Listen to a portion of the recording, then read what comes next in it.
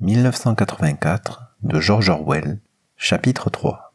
Winston rêvait de sa mère. Il devait avoir 10 ou 11 ans, croyait-il, quand sa mère avait disparu. Elle était grande, sculpturale, plutôt silencieuse, avec de lents mouvements et une magnifique chevelure blonde. Le souvenir qu'il avait de son père était plus vague. C'était un homme brun et mince, toujours vêtu de costumes sombres et nets, qui portait des lunettes. Winston se rappelait surtout les minces semelles des chaussures de son père. Tous deux avaient probablement été engloutis dans l'une des premières grandes épurations des années 50. Sa mère, dans ce rêve, était assise en quelque lieu profond au-dessous de Winston, avec, dans ses bras, la jeune sœur de celui-ci. Il ne se souvenait pas du tout de sa sœur, sauf que c'était un bébé petit, faible, toujours silencieux aux grands yeux attentifs. Toutes les deux le regardaient. Elles étaient dans un endroit souterrain, le fond d'un puits par exemple, ou une tombe très profonde, mais c'était un endroit qui, bien que déjà très bas, continuait à descendre. Elle se trouvait dans le salon d'un bateau qui sombrait et le regardait à travers l'eau de plus en plus opaque. Il y avait de l'air dans le salon, ils pouvaient encore se voir les uns les autres, mais elle s'enfonçait de plus en plus dans l'eau verte qui bientôt les cacherait pour jamais.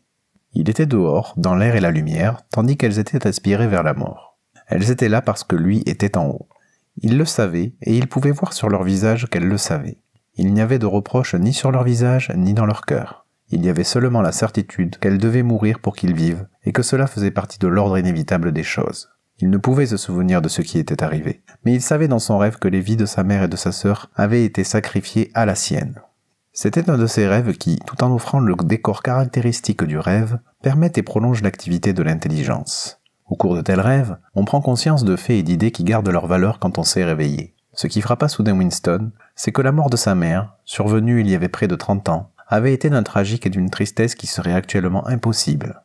Il comprit que le tragique était un élément des temps anciens, des temps où existait encore l'intimité, l'amour et l'amitié, quand les membres d'une famille s'entraidaient sans se demander au nom de quoi. Le souvenir de sa mère le déchirait parce qu'elle était morte en l'aimant, alors qu'il était trop jeune et trop égoïste pour l'aimer en retour. C'était aussi parce qu'elle s'était sacrifiée, il ne se rappelait plus comment, à une conception, personnelle et inaltérable, de la loyauté. Il se rendait compte que de telles choses ne pouvaient plus se produire. Aujourd'hui, il y avait de la peur, de la haine, de la souffrance, mais il n'y avait aucune dignité dans l'émotion. Il n'y avait aucune profondeur, aucune complexité dans les tristesses.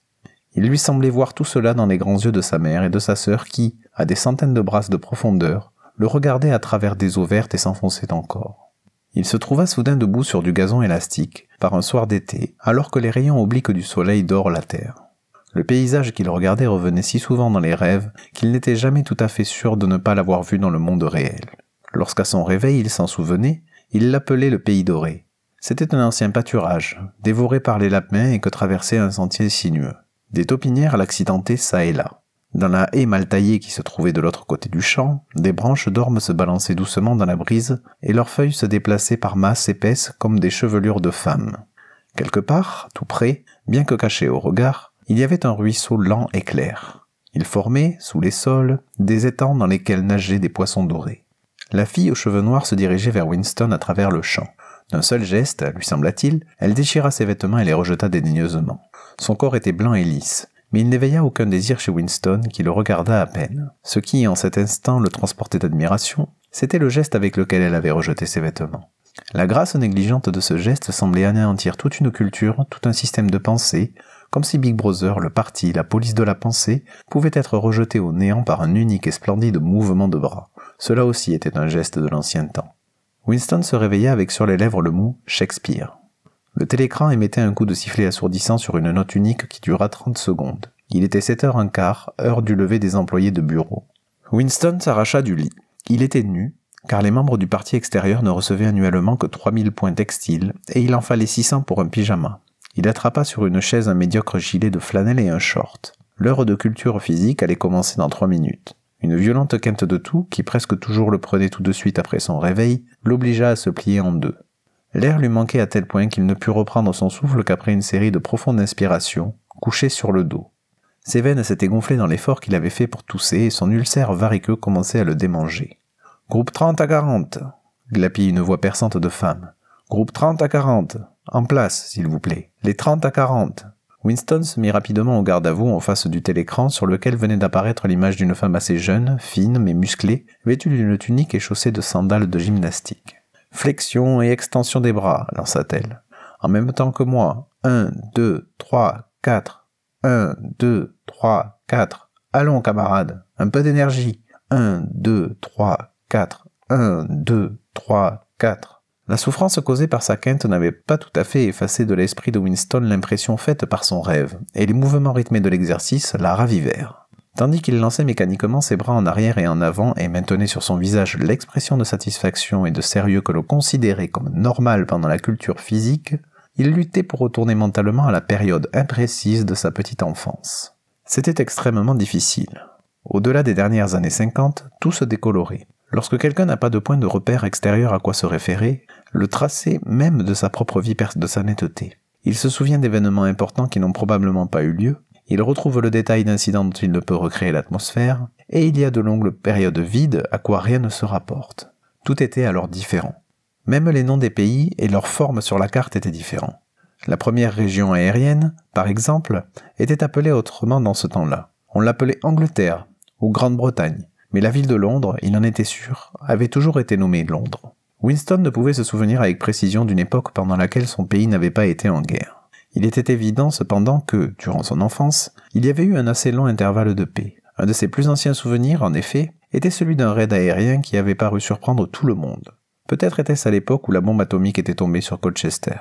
Il ne se souvenait pas du raid lui-même, mais il se rappelait l'étreinte sur la sienne de la main de son père, tandis qu'il dégringolait toujours plus bas, vers le centre de la Terre, un escalier sonore en spirale qui fuyait sous leurs pieds et lui fatigua tellement les jambes qu'il se mit à pleurnicher. Ils durent s'arrêter pour se reposer. Sa mère, à sa manière lente et rêveuse, les suivait très loin en arrière. Elle portait la petite sœur, ou peut-être était-ce seulement un paquet de couvertures. Winston n'était pas certain que sa sœur fût déjà née. Ils émergèrent à la fin dans un endroit bruyant et bondé de gens. C'était, il le comprit, une station de métro. Partout sur le sol dallé, il y avait des gens assis. D'autres se pressaient les uns contre les autres sur des banquettes de métal. Winston, son père et sa mère trouvèrent une place sur le sol. Près d'eux, deux vieillards étaient assis côte à côte sur une couchette. L'homme était décemment vêtu d'un costume sombre. Une casquette de drap, noire, repoussée en arrière, découvrait ses cheveux très blancs. Son visage était écarlate, ses yeux étaient bleus et pleins de larmes. Il sentait le gin à plein nez. L'odeur semblait sourdre de sa peau à la place de la sueur, et l'on pouvait imaginer que les larmes qui jaillissaient de ses yeux étaient du gin pur. Mais, bien que légèrement ivre, il était sous le coup d'un chagrin sincère et intolérable. Winston, d'une manière enfantine, comprit qu'un événement terrible, un événement impardonnable, et pour lequel il n'y avait pas de remède, venait de se passer. Il lui sembla aussi qu'il savait ce que c'était. Quelqu'un que le vieillard aimait, une petite fille peut-être, avait été tuée. Le vieillard répétait toutes les 2 minutes. « Nous n'aurions pas dû leur faire confiance, je l'avais dit, maman, n'est-ce pas ? Qu'est-ce qui arrive quand on leur fait confiance ? Je l'ai toujours dit, nous n'aurions pas dû faire confiance à ces types. » Mais à quel type il n'aurait pas dû se fier, Winston ne s'en souvenait plus. À partir de ce moment, la guerre, pour ainsi dire, n'avait jamais cessé. Mais, à proprement parler, ce n'était pas toujours la même guerre. Pendant plusieurs mois de l'enfance de Winston, il y avait eu des combats de rue confus dans Londres même, et il se souvenait avec précision de quelques-uns d'entre eux. Mais retrouver l'histoire de toute la période, dire qui combattait contre qui à un moment donné, était absolument impossible. Tous les rapports écrits ou oraux ne faisaient jamais allusion à l'événement actuel. En ce moment, par exemple, en 1984, si c'était bien 1984, l'Océania était alliée à l'Estasia et en guerre avec l'Eurasia. Dans aucune émission publique ou privée, il n'était admis que les 3 puissances avaient été, à une autre époque, groupées différemment. Winston savait fort bien qu'il y avait seulement 4 ans, l'Océania était en guerre avec l'Estasia et alliée à l'Eurasia. Mais ce n'était qu'un renseignement furtif et frauduleux qu'il avait retenu par hasard parce qu'il ne maîtrisait pas suffisamment sa mémoire. Officiellement, le changement de partenaire n'avait jamais eu lieu. L'Océania était en guerre avec l'Eurasia. L'Océania avait, par conséquent, toujours été en guerre avec l'Eurasia. L'ennemi du moment représentait toujours le mal absolu, et il s'ensuivait qu'aucune entente passée ou future avec lui n'était possible. L'effrayant, pensait Winston pour la 10 000e fois, tandis que d'un mouvement douloureux il forçait ses épaules à tourner en arrière, mains aux hanches, il faisait virer leur buste autour de la taille, exercice qui était bon, paraît-il, pour les muscles du dos. L'effrayant était que tout pouvait être vrai. Que le parti puisse étendre le bras vers le passé et dire d'un événement « cela ne fut jamais », c'était bien plus terrifiant que la simple torture ou que la mort. Le parti disait que l'Océanien n'avait jamais été allié de l'Eurasia. Lui, Winston Smith, savait que l'Océanien avait été allié de l'Eurasia, il n'y avait de cela que 4 ans. Mais où existait cette connaissance ? Uniquement dans sa propre conscience qui, dans tous les cas, serait bientôt anéantie. Si tous les autres acceptaient le mensonge imposé par le parti, si tous les rapports racontaient la même chose, Le mensonge passé dans l'histoire et devenait vérité. Celui qui a le contrôle du passé, disait le slogan du parti, a le contrôle du futur. Celui qui a le contrôle du présent a le contrôle du passé. Et cependant, le passé, bien que par nature susceptible d'être modifié, n'avait jamais été retouché. La vérité actuelle, quelle qu'elle fût, était vraie d'un infini à un autre infini. C'était tout à fait simple. Ce qu'il fallait à chacun, c'était avoir en mémoire une interminable série de victoires. Cela s'appelait contrôle de la réalité. On disait en novlangue double pensée. « Repos !» aboya la monitrice, un peu plus cordialement. Winston laissa tomber ses bras et remplit lentement d'air ses poumons. Son esprit s'échappa vers le labyrinthe de la double pensée. Connaître et ne pas connaître, en pleine conscience et avec une absolue bonne foi, émettre des mensonges soigneusement agencés. Retenir simultanément deux opinions qui s'annulent alors qu'on les sait contradictoires et croire à toutes deux. Employer la logique contre la logique. Répudier la morale alors qu'on se réclame d'elle. Croire en même temps que la démocratie est impossible et que le parti est gardien de la démocratie. Oublier tout ce qu'il est nécessaire d'oublier, puis le rappeler à sa mémoire quand on en a besoin, pour l'oublier plus rapidement encore. Surtout, appliquer le même processus au processus lui-même. Là était l'ultime subtilité. Persuader consciemment l'inconscient, puis devenir ensuite inconscient de l'acte d'hypnose que l'on vient de perpétrer. La compréhension même du mot double pensée impliquait l'emploi de la double pensée. La monitrice les avait rappelés au garde à vous. « Voyons maintenant, dit-elle avec enthousiasme, quels sont ceux d'entre nous qui peuvent toucher leurs orteils. Droit sur les hanches, camarades. 1, 2, 1, 2. » Winston détestait cet exercice qui provoquait des talons aux fesses, des élancements douloureux et finissait par provoquer une autre quinte de tout. Ces méditations en perdirent leur agrément mitigé. Le passé, réfléchit-il, n'avait pas été seulement modifié, il avait été bel et bien détruit. Comment en effet établir, même le fait le plus patent, s'il n'en existait aucun enregistrement que celui d'une seule mémoire? Il essaya de se rappeler en quelle année il avait pour la première fois entendu parler de Big Brother.